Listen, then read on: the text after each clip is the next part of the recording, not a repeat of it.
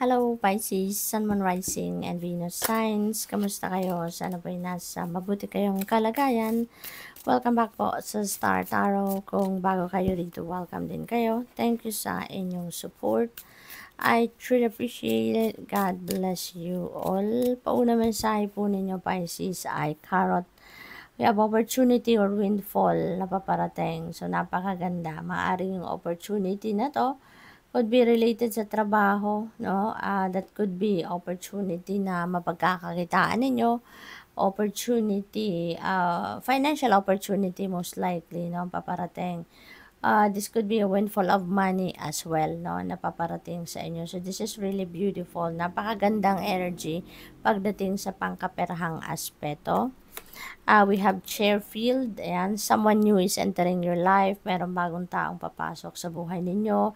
Baka ito yung taong ito, ito yung magdadala sa inyo ng opportunity na to, no? Or baka ito yung tutulong sa inyo para dito, no? Sa energy na yan. This could be someone, baka bagong katrabaho, no? Baka bagong boss ninyo, baka bagong a person, love life, baka manliligaw, no? Baka ganon, kung single pa kayo. Or baka bagong kaibigan, no? That is also possible. So, we have the energy of the pig, and beware of greed, okay? Mas maganda nga naman, 'di ba? Kung tayo ay nag-share, kung tayo ay marunong magbigay, kung tayo ay marunong mag-giveaway, lalo-lalo na kung mayroon na din naman tayong enough, 'di ba? So, beware of greed. What else? We have career. Ayan. So, maaring yung greed na to could be related to career, ano? Baka career opportunities yan, no? So, depende sa inyong sitwasyon. We have November. November is coming up, no? So, baka yung, ano na to, yung career ninyo, baka may changes ito na mangyayari, no? Sometime in November, yan agad ang na-pick up ko for some of you.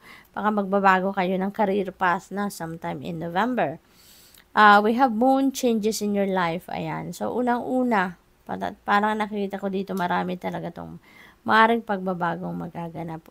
Unang-una dito sa opportunity or windfall. No? At sitwasyon nito na maghahatid sa inyo talaga ng pagbabago pagdating sa pangkaperahang aspeto. That could be, yung opportunity na to, that could be, related sa business, venture, maaring related din yan sa trabaho talaga, pagkakakitaan, investment. So, definitely, there is something na magbabago talaga. Yung pagpasok ng taong ito sa buhay ninyo, that is also pagbabago sa buhay ninyo. So, there are a few things, no, na maaring magbago sa buhay ninyo. Kaya, dapat ready talaga kayo, no? You should be physically, mentally, emotionally, and spiritually ready and fit kayo para sa mga pagbabagong ito. Okay? We have victory. Wow, napakaganda. Meron kayong pagtatagumpayan dito, Pisces, which is really good. Maaaring pagtatagumpayan ninyo na ito is sa trabaho, sa proyekto ninyong ginagawa, sa task na binigay sa inyo, or probably problema. Baka meron kayong pinagdaan ng problema at yan ay napagtagumpayan nyo na sa ngayon, which is good. We have dog far away. A distant friend is thinking of you. Maaring siguro kaibigan nyo to na siguro at some point nagkasama kayo sa isang lugar. Maaring you've shared remarkable experiences together. Kaya maaring chine-cherish niya yan. Nasa ibang lugar na siya. Maaring malayo siya sa iyo geographically, no? Pero hindi kanya nakakalimutan. It is also possible na hindi lang talaga ito yung kaibigan, no? Na baka nag-iisip sa iyo. Baka kamag-anak ninyo, mga pinsan ninyo, baka magulang ninyo. This could be anyone, ano? Na maaaring nasa malayong lugar, mahal ninyo sa buhay at iniisip kayo. What else? We have lightning. Control your anger or you will be sorry. Alright? So, mag-iingat kayo, no, sa inyong strong emotion na to. Kasi unang-una, hindi maganda ang epekto ng galit, 'di ba, sa katawan natin. Kung mag-outburst kayo, kung magkakaroon kayo ng intense emotion, sometimes, 'di ba, magpapalpitate lang ang dibdib natin diyan. Baka kung may hypertension pa ang iba sa inyo, ay nako, talagang dapat iwasan na magalit kasi mahirap na, 'di ba? Hindi natin alam kung ano magiging epekto niyan sa katawan natin, yung stress. Kaya as much as possible, control your anger. All right? Control your anger. Hingang malalim. Talikod ka muna sa kung ano man ang sitwasyon na yan. Kalmahin ninyo ang inyong sarili.